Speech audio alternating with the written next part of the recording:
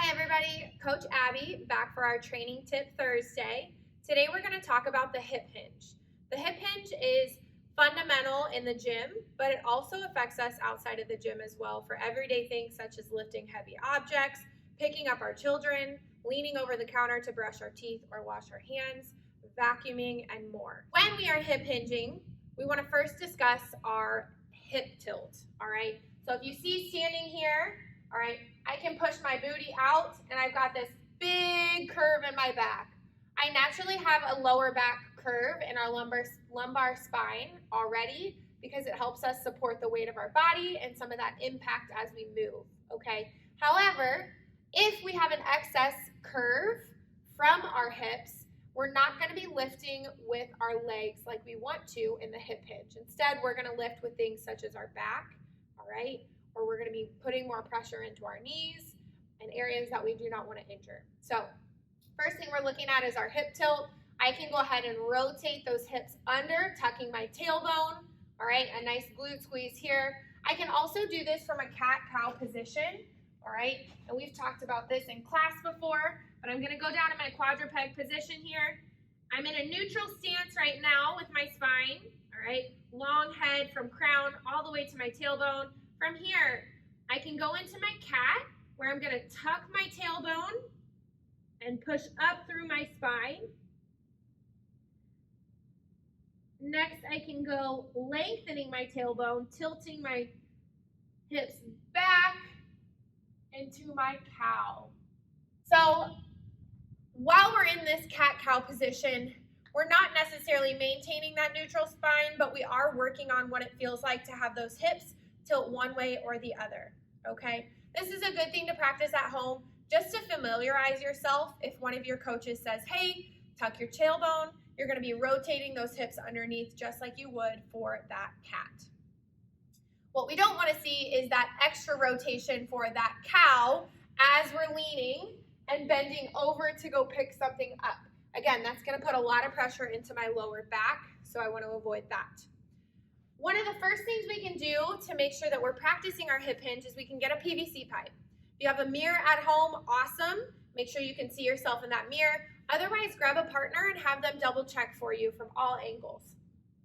So what we want to do here is we want to take this PVC pipe and we want to make sure that it's touching in 3 different points. The first point is going to be my lower back into my sacrum.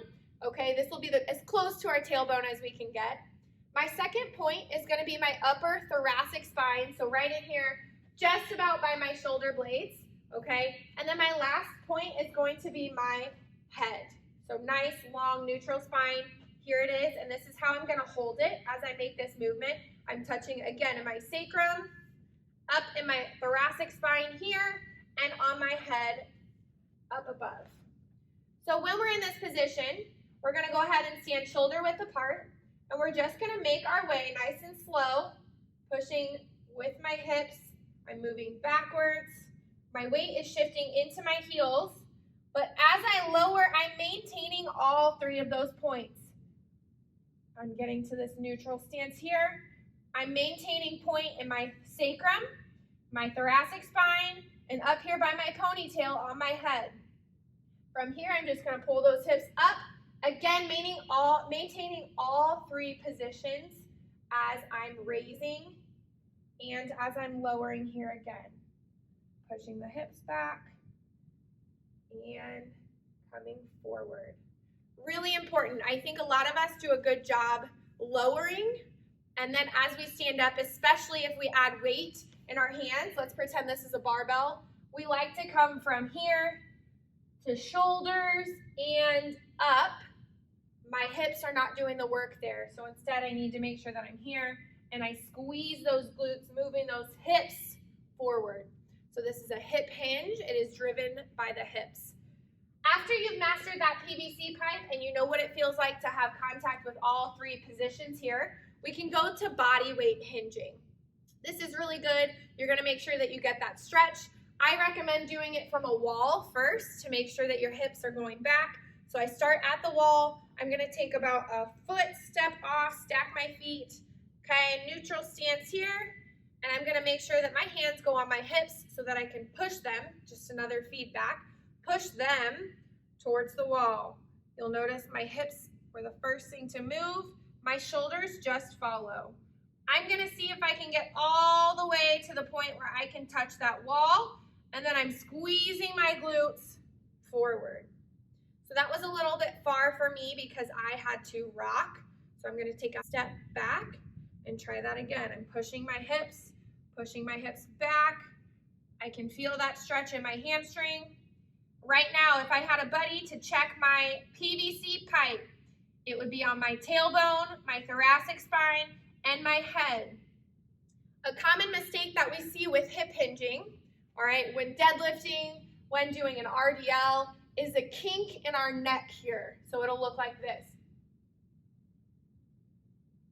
I'm looking up at the ceiling. My point 1 and my point 2 might be good, but my third point, there's this kink in my neck. All right, so when I go to pull something, I'm gonna start using muscles that I'm not supposed to be using. Next up, after you've done a couple of wall exercises here, going back to the wall, all right, and coming forward, you can step off the wall. And now you can think about long limbs. I like to go overhead for a little bit of an extra stretch here. And I'm making sure I'm maintaining that 3-point, hips lower, chin lowers, and pull it back in. So we want to think again about somebody pulling your hips back towards them. So if I had somebody in front of me right now, they would be pulling my hips back towards them. The other thing I've heard before is that you can think about, am I pushing the drawer closed with my butt? I've got my hands full and I got to shut it with my butt, so I'm just going to bend over, close that door. Next up, once you've progressed through body weight activities, you're going to move on to weighted activities. The first one we're going to talk about today would be a deadlift. I can use a single dumbbell for this, okay? I'm going to stand feet shoulder width apart here, maybe just outside of my shoulders. And what I'm thinking is hinge, so I'm dropping that dumbbell down as I hinge. Once I get to a certain point with the deadlift, I'm also going to lower. That's going to be an added stretch coming from the back, the posterior side of your body, and then I'm leading with my hips coming forward. Here's a side view, shoulder width apart. I'm hinging, my booty is going back. Once I get to this point, I'm gonna lower as well, and up. Nice squeeze at the top. So that is gonna be our deadlift. The difference between our deadlift and our RDL, or Romanian deadlift, is how much we bend our knees. So on the RDL, okay, I'm gonna make sure that I have not locked knees, but soft knees so that they can kind of bend, but really just for flexibility purposes. Other than that, I'm keeping my legs nice and straight. My hips are what's drawing that movement. You'll notice my head and my eyes are following along with the rest of my spine. My shoulders will naturally drop, but they are not doing any of the work with that weight. Again, you're gonna feel this in the posterior regions of your legs, down from your glute, all the way to the end of your hamstring. The next exercise that we may see is a kettlebell swing. So we've got our kettlebell here. I recommend starting with that kettlebell out in front, okay?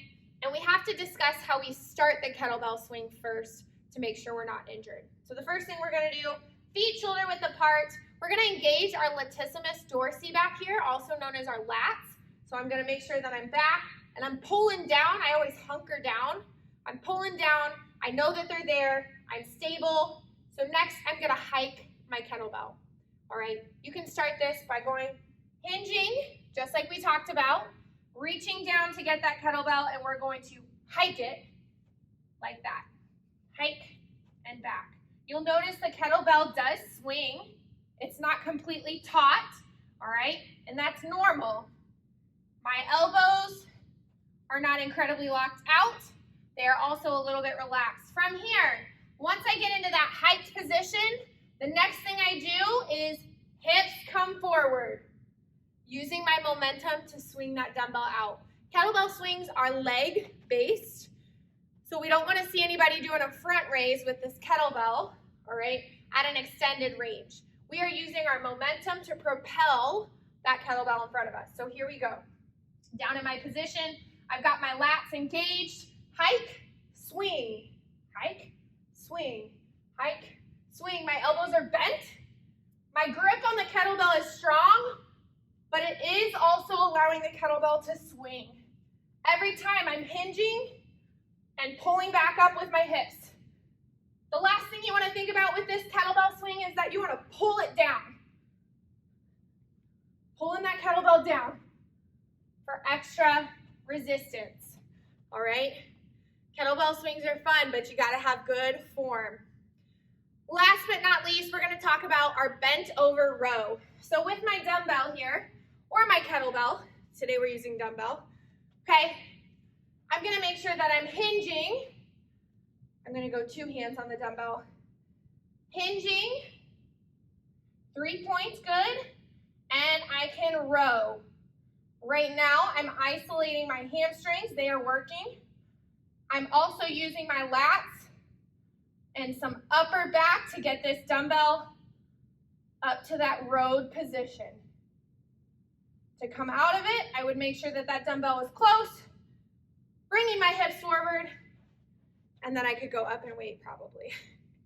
But all in all, some tips and tricks for hinge. Just to recap, we want to make sure that we're hinging in almost everything that we do in terms of picking things up, whether it's a weight, a child, a heavy box, so on and so forth, okay? After that, we're thinking 3 points of contact: tailbone, upper back, head. If you can keep all 3 points of contact on that PVC pipe or the imaginary PVC pipe, you should be good to go. Practice at home. Let us know how it goes. Have a great rest of the week. Finish strong. Week 5, kill it.